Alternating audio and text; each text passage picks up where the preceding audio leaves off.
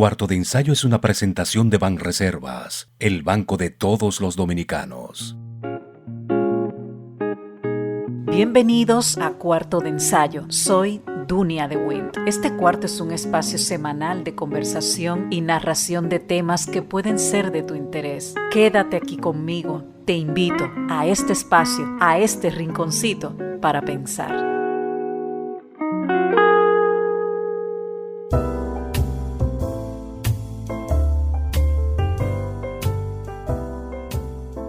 Como siempre digo, cada vez que tengo el honor de poder conversar con un profesional de la talla de Osiris de León, darle la bienvenida en este episodio de Cuarto de Ensayo. ¿Y cuántos temas se pueden hablar con Osiris? Nos faltarían horas y horas, temas de todo tipo, y no tenemos ese tiempo, lamentablemente. Osiris, bienvenido. Qué bueno que estés aquí. Gracias, amiga y hermana Dunia de Win. Tener la Sí. oportunidad de estar con ustedes en este cuarto de ensayo. Y vamos a ver qué podemos ensayar hoy. Claro que sí, Osiris. Y vamos al grano, vamos de lleno al tema. ¿Nos quedaremos sin agua, Osiris? Mira, la palabra nos quedaremos sin agua tiene dos connotaciones hoy día. Nos quedaremos sin agua en el presente, fruto de largas sequías que están vinculadas directamente al cambio climático. O nos quedaremos sin agua en el futuro, fruto de un proceso de degradación del agua superficial y subterránea en una sociedad creciente que demanda cada día más agua, pero que el entorno nuestro cada día dispone de menos agua. Entonces son dos enfoques distintos que debemos de verlos en escenarios distintos, considerando que en muchas partes del mundo los gobiernos no están mirando hacia una realidad del futuro que nos puede dejar sin agua, pero que en el interín están mirando condiciones de sequía que están vinculadas al cambio climático, que a veces se plantea que son sequías estacionales, pero en realidad son más que estacionales, y que ambos escenarios tenemos que ponerlos en su justo contexto a los fines de que la sociedad esté consciente de las amenazas de hoy y de mañana en el tema del agua escasa, porque son muchos los países en el globo terráqueo que se van a ver cada día más limitados en el acceso al agua, y que esos 250 litros de agua por persona por día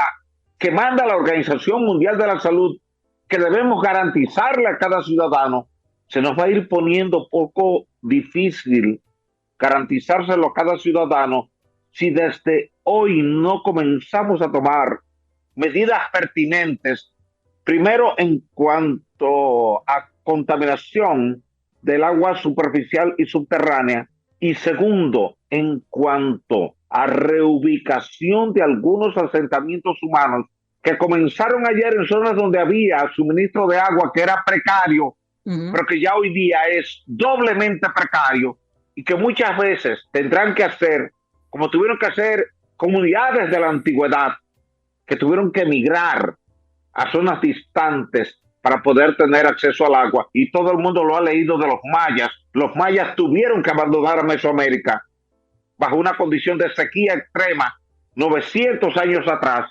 Y esos escenarios, Dunia, sí, se van a estar repitiendo más frecuentemente en diferentes latitudes del planeta Tierra. Dice Osiris Peter Glake, que es el director del Pacific Institute con sede en Oakland, California, que lleva 3 décadas estudiando el vínculo entre la escasez de agua, los conflictos y la inmigración. Cree que los conflictos por el agua, como bien tú dices, están aumentando, y también hace mucho hincapié en que la agricultura representa el 70% del uso de agua dulce en el planeta, y es ahí también donde hay una parte importante de esa escasez. ¿Tú estarías de acuerdo con él en esa opinión?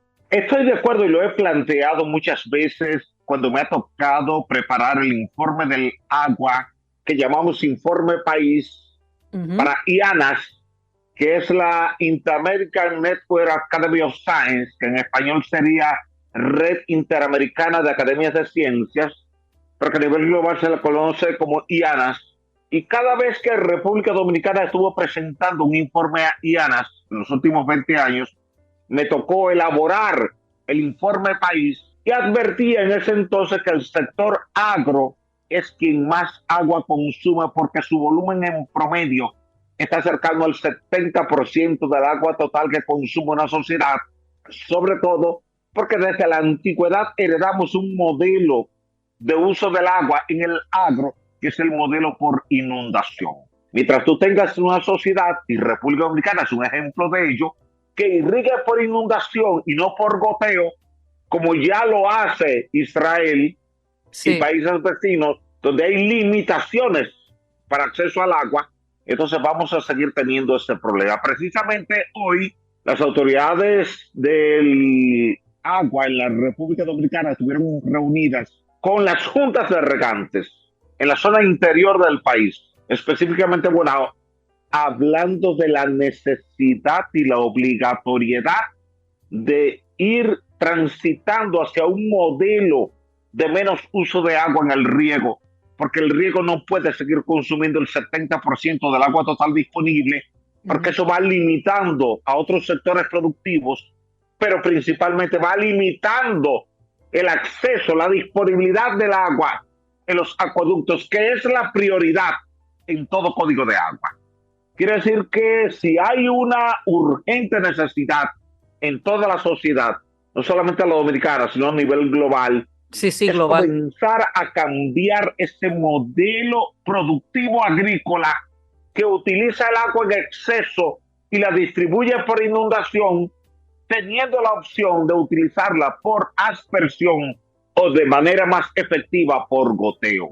Quiere decir que ahí hay un desafío para nuestra sociedad, hay un desafío para la ingeniería, hay un desafío para la ciencia, hay un desafío para la tecnología, y todos tenemos que ponernos de acuerdo en ese desafío, sacar un modelo efectivo y presentarlo a la autoridad política global, no solamente local en un país, sino a nivel global, para que esa autoridad comience a aplicarlo. Si tú vas ahora por todo Centroamérica, te vas a encontrar que hay sequía. Te vas por México, hay sequía. Te vas por el Caribe, hay sequía. Te vas por Europa, Sudamérica, en Argentina, hay sequía. En Europa hay sequía. ¿Ves? Entonces ya te estás dando cuenta que no es tan local la sequía como se daba décadas atrás, que ahora cuando tú tienes un periodo de disminución del régimen pluviométrico, ya no es a nivel local, sino que es a nivel regional, como le he respondido a la prensa dominicana cada vez que me han consultado en las últimas 2 semanas. Y he advertido que la sequía es más que estacional, que estamos hablando de sequía regional, y que en medio de una sequía regional no aplica una política local, sino una política global. Y cada vez que tenemos la oportunidad de hablar en foros internacionales sobre el tema del agua, hemos dicho que tenemos que verlo de forma holística, de forma amplia, y aplicar modelos de colaboración entre países que nos lleven a la eficiencia, porque nuestra sociedad numia tiene una particularidad que es positiva y hay que aprovecharla. Y es que cuando tú dices en una determinada sociedad cualquiera, no importa cuál es la latitud, que tal país lo hace así, tal otro país lo hace así, tal otro país lo hace así, y se ve que ya múltiples países lo hacen así, entonces es mucho más fácil que el liderazgo político lo asuma y lo aplique. Entiendo. Bueno, vamos a continuar con el tema del agua después de esta pausa.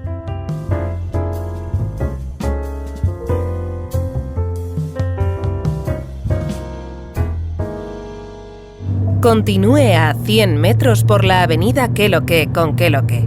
En 200 metros preparan un desayunito que da la hora. Gire a la izquierda en el Corito Guaguaguá. En la rotonda, tome la segunda salida. Manito, te dije que tomaras la segunda salida. A 500 metros llegará a su destino. Paseo de la Castellana 93, Oficina de Representación Banreservas Madrid. Porque donde haya un dominicano, ahí estaremos con él. Porque somos Banreservas, el banco de todos los dominicanos.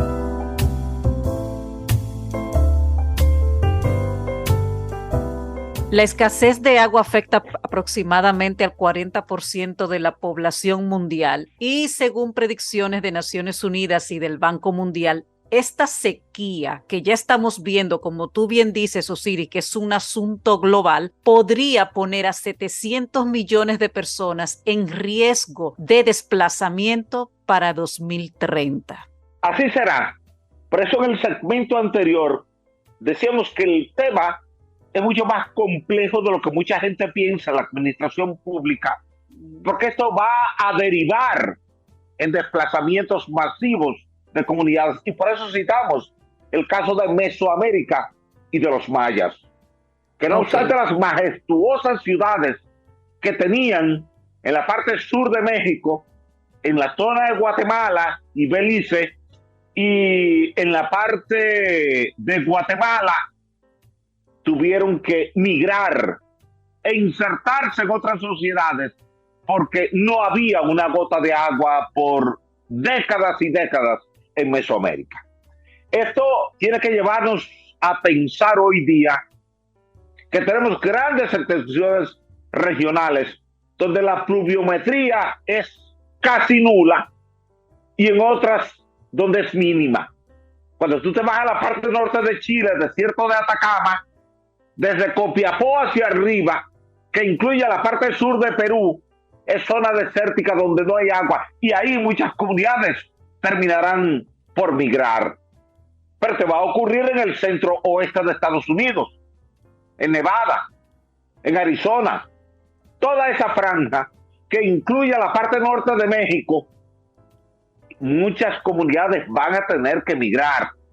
Cuando tú te vas al continente asiático o a la región asiática, para hacerlo más amplio, sí, te vas a encontrar que toda esa gente en el entorno del desierto de Gobi va a tener que emigrar porque la desertificación se está extendiendo. Y en lugar de ir perdiendo territorio, está ganando territorio. Y en ese escenario de ganancia de territorio, comunidades donde había una pluviometría reducida, y llevamos reducida a 300, 400, 500 milímetros de lluvia por cada metro cuadrado anualmente, van a estar recibiendo 50, 60, 80 milímetros de lluvia por cada metro cuadrado, y eso hace insostenible el hábitat, y van a tener que migrar a territorios más húmedos. Y eso te va a ocurrir en Europa. En la parte sur de España te va a ocurrir. Ya está ocurriendo. Claro. Ya está todo ocurriendo. Alrededor del Mediterráneo, lo que es el norte de Egipto, de Libia, todo lo que es la parte de Siria, Israel, toda esa parte de Jordania, la parte sur de Turquía, algunas zonas de Grecia, tú vas a tener esa situación, igual que en algunas partes del sur de Italia. Y algunas comunidades tendrán que emigrar por no tener acceso al agua. Bajo ese escenario, la Organización de las Naciones Unidas, de la mano de el PNUMA, que es el Programa de las Naciones Unidas para el Medio Ambiente, tendrá que ir viendo cuáles podrían ser áreas que requieran desplazamiento para hacerlo a tiempo, para que no se haga de forma abrupta y traumática, que deje huellas profundas e imborrables en esas comunidades que se desplazan, y ver cómo se consiguen las alternativas menos lacerantes para los ciudadanos que se vean en la necesidad y en la obligatoriedad de migrar por falta de agua. Osiris, tú has mencionado una serie de países que ya están atravesando esta situación y como bien dijiste, y quiero recalcar, la situación de la escasez de agua, la guerra del agua que ya se viene anunciando según los expertos. Por ejemplo, en casos como también quiero citar Yemen, Eritrea, Somalia, Irak y otros, yo leí también hace un tiempo que sugieren que la debilidad del Estado, que fue lo que mencionaste también con nuestro caso de República Dominicana, es un factor causante de la guerra hídrica, aunque obviamente paulatinamente emergen actores que son más poderosos. Obvio, el cambio climático juega un factor decisivo en este asunto. Mira, es así. Tú mencionaste dentro de esos países a Irak.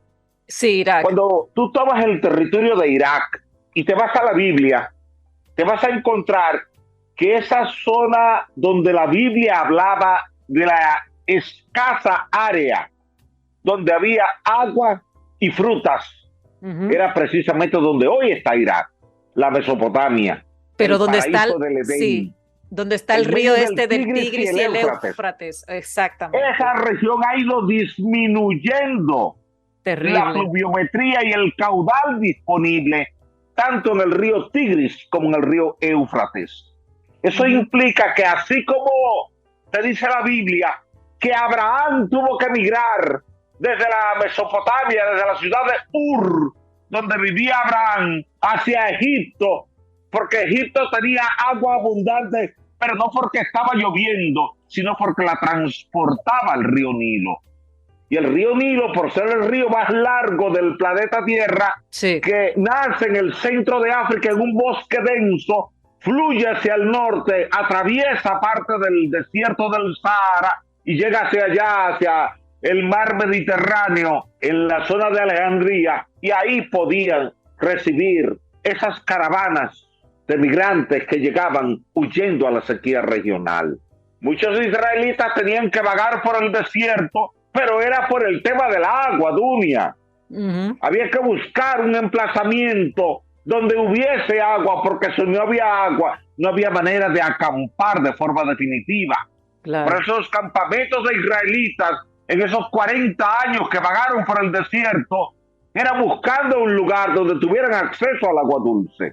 Bajo ese escenario, tú vas a ver en el presente a comunidades que van a estar migrando de una zona a otra, buscando un emplazamiento permanente. Mucha gente ha pensado durante mucho tiempo que el principal conflicto entre Israel y Palestina y entre Israel y Siria es por un territorio o es por una religión. Pero el trasfondo es el tema del agua. Me ha tocado en foros internacionales ser chairman de un foro de debate de acceso al agua escasa, y ahí han estado presentes representantes de Israel, de Palestina y de Siria, y el debate entre ellos ha sido: su conflicto con nosotros es que usted quiere tomar el agua nuestra y nosotros no podemos cederla porque nuestra población es amplia y requiere agua. Y el otro responder lo mismo, y el otro responder lo mismo. Y tú como chairman, como moderador del debate, llamar a la cordura en un momento donde la situación se sale de tono y decir: volvamos al debate conceptual, estructural de la disponibilidad del agua y del uso racional del agua, y dejemos a un lado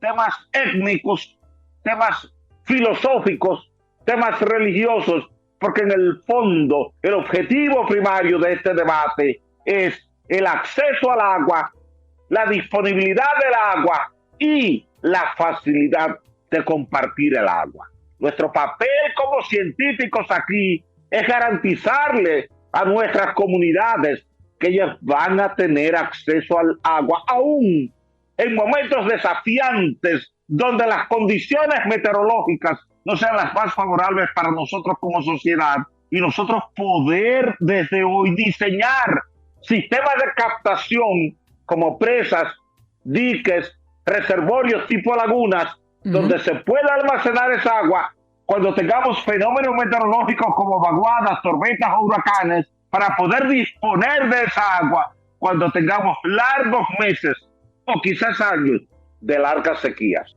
Osiris, pero entonces, sumado a todo lo que tú dices, el crecimiento de la población y el desarrollo económico también inciden en esa creciente demanda de agua en todo el mundo, porque tú lo has dicho, el cambio climático disminuye el suministro de agua y hace que las lluvias sean cada vez más erráticas. ¿Eso es así? Sí, es así, añadiendo un componente a lo que tú muy bien expones, y es el tema de contaminación del agua superficial y subterránea.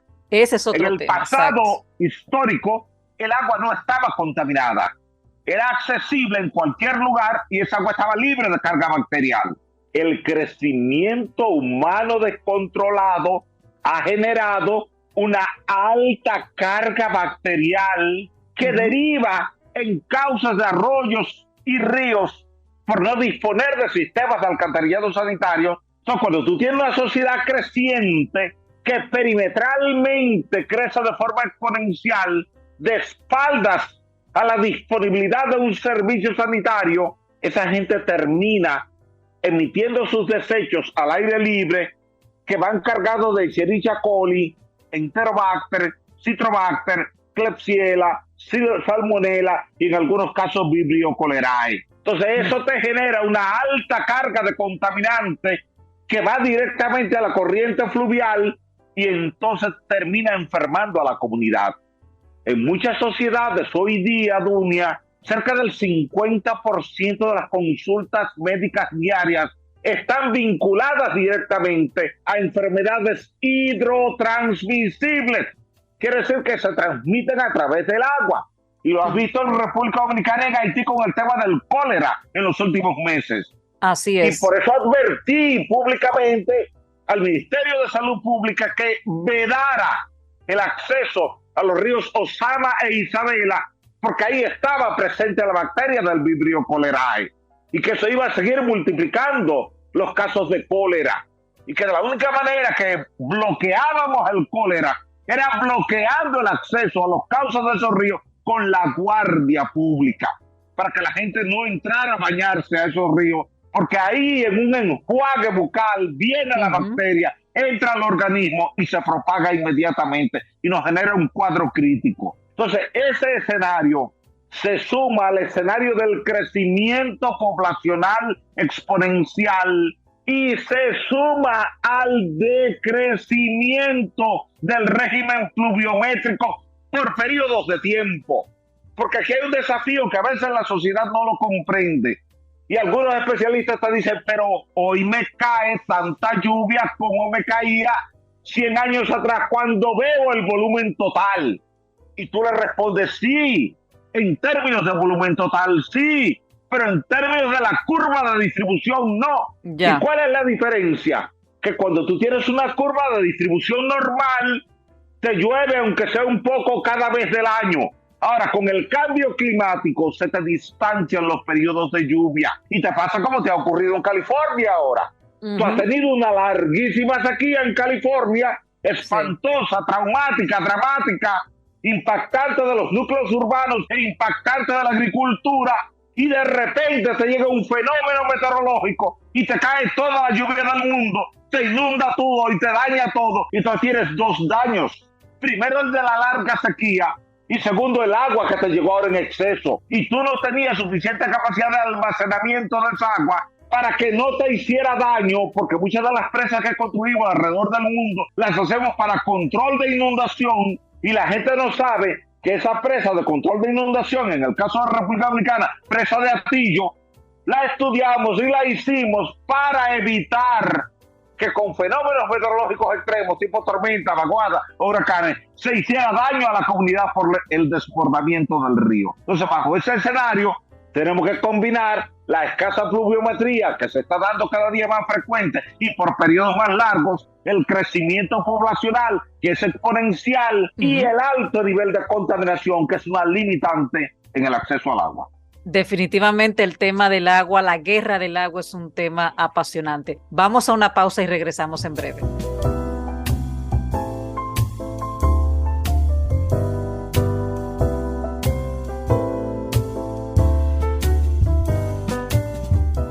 Continúe a 100 metros por la avenida Qué lo que con Qué lo que. En 200 metros preparan un desayunito que da la hora. Gire a la izquierda en el Corito Guaguaguá. En la rotonda, tome la segunda salida. Manito, te dije que tomaras la segunda salida. A 500 metros llegará a su destino. Paseo de la Castellana 93, Oficina de Representación Banreservas Madrid. Porque donde haya un dominicano, ahí estaremos con él. Porque somos Banreservas, el banco de todos los dominicanos. Osiris, el 6 de febrero pasado, una gran parte de Turquía y Siria, como todos sabemos, fue sacudida por uno de los peores terremotos que hemos podido ver, sobre todo en la historia turca. No se registraba un terremoto de esa magnitud, me parece, si mal no recuerdo, hace más de un siglo en la zona. Allí me refiero. Miles y miles de muertos que... Terrible, terrible todo lo que pasó. Yo no te puedo dejar ir de esta última parte de cuarto de ensayo de esta conversación sin que tú me digas, ya pasado el tiempo. Sabemos que allí convergen 4 placas tectónicas, la de Anatolia, arábiga, euroasiática y africana. Y esas masas de tierra que forman la capa más externa de nuestro planeta se desplazan constantemente. Pero ¿de qué magnitud fue ese choque que produjo esta desgracia descomunal, Osiris? Mira, Dunia, qué bueno que tú traes este tema a este cuarto de ensayo, porque nos permite ensayar brevemente qué ocurre ahí desde el punto de vista de la tectónica de placas, que es esa teoría que nos define cómo se mueven las placas tectónicas, que son las capas de la corteza terrestre que se desplazan en lugares distintos, a velocidades distintas, y consecuentemente, cuando tú tienes mucha gente en un sitio moviéndose en direcciones distintas y a velocidades distintas, hay choques distintos, y así pasa en la corteza terrestre. Es como si tú tuvieras de repente un caos en la corteza terrestre, las placas se mueven una en una dirección y otra en otra dirección. Es como si la placa arábiga, donde está Arabia Saudita, Irak, Siria, Jordania, se mueve hacia el noreste, y es como si la placa de Anatolia se moviera hacia el sur-oeste. Ahí colisionan cerca de la frontera entre Siria y Turquía, generan empujes y pelean para ver cuál de las dos placas tiene supremacía en el control del territorio. Es como dos personas en un ring de lucha libre, uno empuja al otro, o en una lucha de sumo, a ver quién tumba a quién. Y en este caso se produjo una rotura en medio de ese choque, con un desplazamiento lateral entre 2 y 6 metros, donde la placa de Anatolia se mueve hacia el noreste, hacia el suroeste, y la placa arábica se mueve hacia el noreste, y afecta una franja de 300 kilómetros de longitud, y te genera todo un desastre en la provincia de Kahramanmaraş y en la de Gaziantep, y de repente tú tienes 85,000 edificios colapsados, casi al borde del colapso, pero con destrucción total. Tienes cerca de 50,000 personas muertas, se estima que un poco más. De hecho, hay un debate entre el Colegio de Médicos de Turquía y el gobierno de Turquía, porque el colegio dice que considera que las víctimas totales superan las cifras oficiales.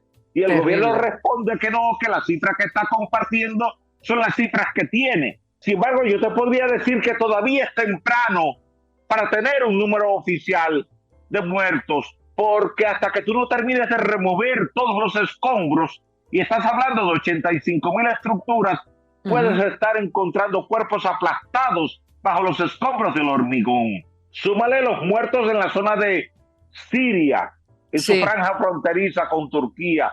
Desde Alepo hacia la zona de Falla hay muchos muertos, a veces en zonas inaccesibles por temas de conflictos políticos, donde los organismos internacionales de socorro no entran por temor a cualquier bombardeo o a cualquier situación difícil de manejar para un ciudadano civil. Entonces, bajo ese escenario se complica un poco, pero sí estamos hablando, tal y como tú lo planteas, del peor desastre natural del último siglo en esa región.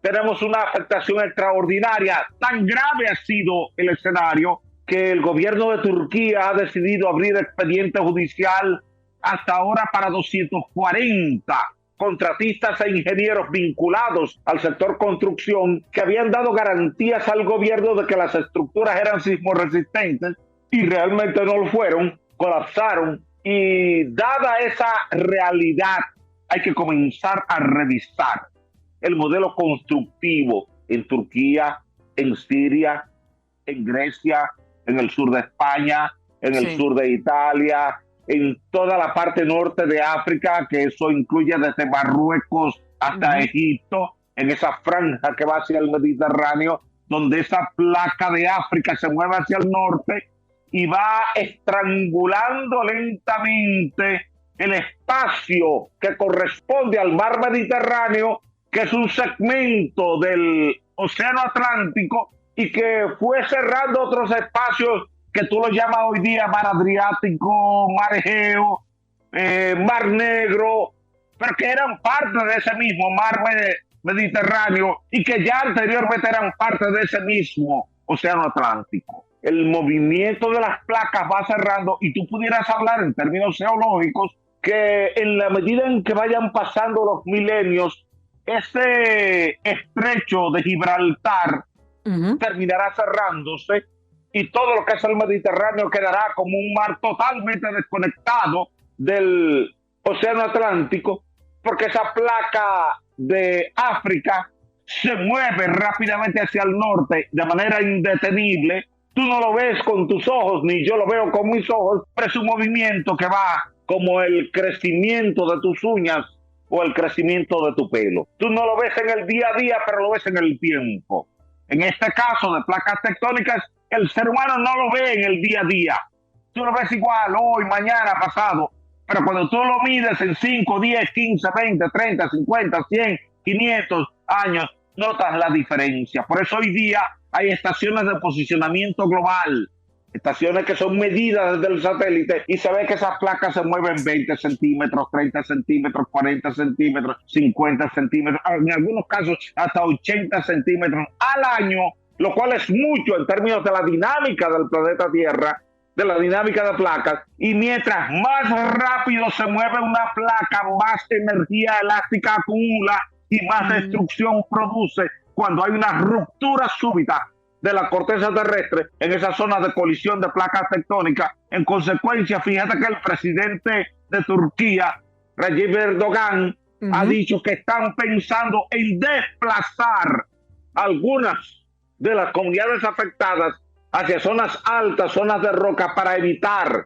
esas destrucciones masivas en los núcleos urbanos. Este modelo tendremos que irlo aplicando en muchas partes del planeta Tierra, porque cuando esas comunidades se emplazaron a esos entornos siglos atrás, no tenían conocimiento de la dinámica tectónica del planeta Tierra, no sabían el nivel de riesgo al que se exponían, pero ya hoy día la ciencia nos permite identificar cómo actúa esa dinámica convectiva, cómo al final se expresa el desplazamiento de placa tectónica y cuál es el potencial daño al que están expuestas esas comunidades en función del tipo de suelo donde han crecido esas ciudades. Osiris, ya para finalizar, entonces se puede decir que donde convergen esas 4 placas tectónicas es el área más peligrosa a nivel mundial en comparación con las zonas vulnerables de América.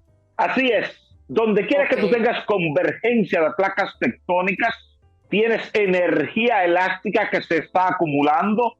Cada vez que ocurre un terremoto, liberó parte de la energía que ya estaba acumulada, pero te queda energía residual. Y esa energía residual se vuelve a retroalimentar. Es como volver a cargarse de energía y estar disponible en 10, 15, 20, 30 años para volver a producir otra ruptura cataclísmica. Y bajo ese escenario hay que ensamblar hoy día el conocimiento científico en materia de tectónica de placas, y los geólogos siempre están compartiendo esas informaciones con las comunidades a través de medios de comunicación, y los políticos asumir esos planteamientos para ir definiendo dentro de un plan de ordenamiento territorial que en muchos países está definido en virtud del texto de una ley, para que entonces la gente sepa dónde no debe emplazarse, no porque la sociedad o la autoridad le quiera denegar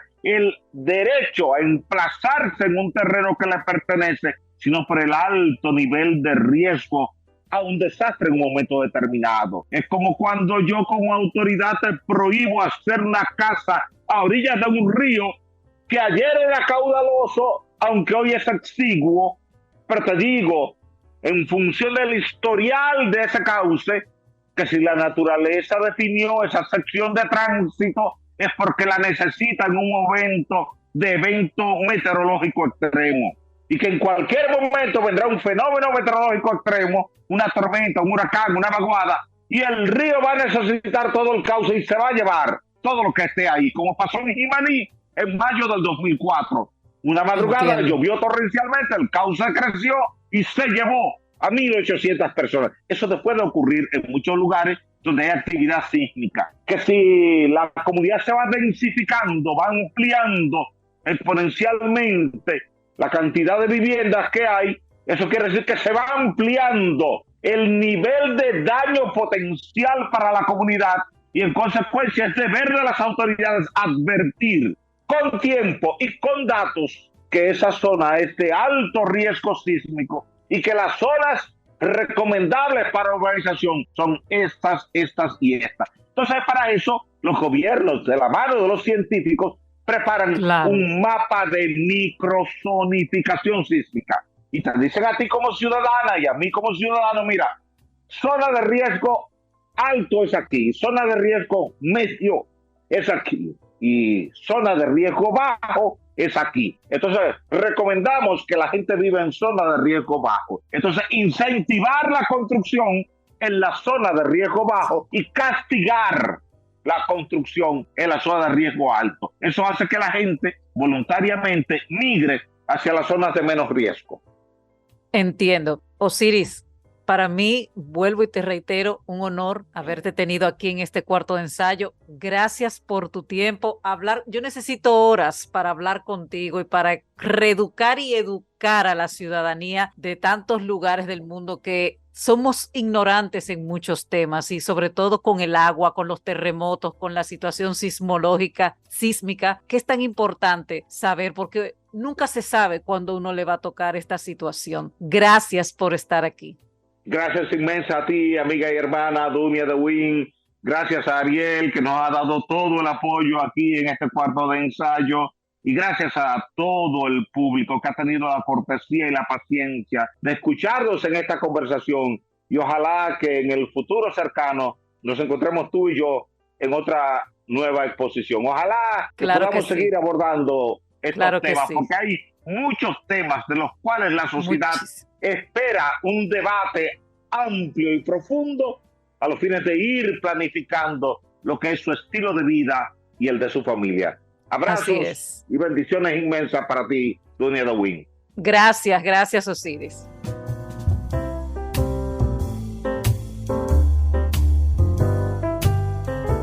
A lo largo del siglo XX, el uso mundial de agua creció a más del doble de la tasa de aumento de la población. Esta disonancia está llevando actualmente a muchas ciudades, desde Roma a Ciudad del Cabo, desde Chennai a Lima, a racionar el agua. Este tema lo vamos a seguir tratando porque de nosotros depende, de usted, de mí, conservar la poca agua que en la actualidad nos queda. Gracias por estar en este cuarto de ensayo. Nos escuchamos en el próximo episodio. Quédate aquí, en este rinconcito, para pensar.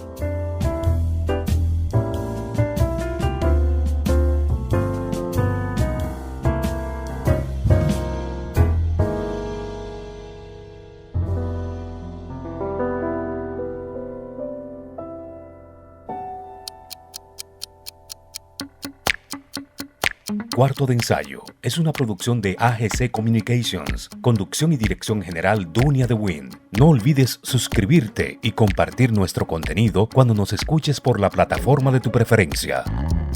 Cuarto de ensayo fue una presentación de Banreservas, el banco de todos los dominicanos.